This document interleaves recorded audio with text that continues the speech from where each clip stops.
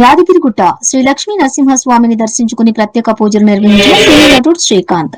దర్శనం అనంతరం వేదాశీర్వచనం చేసిన వేద పండితులు, స్వామివారి చిత్రపటం మరియు లడ్డూ ప్రసాదం అందజేసిన ఆలయ ఈవో భవానీ శంకర్, ఆలయ సిబ్బంది పాల్గొన్నారు.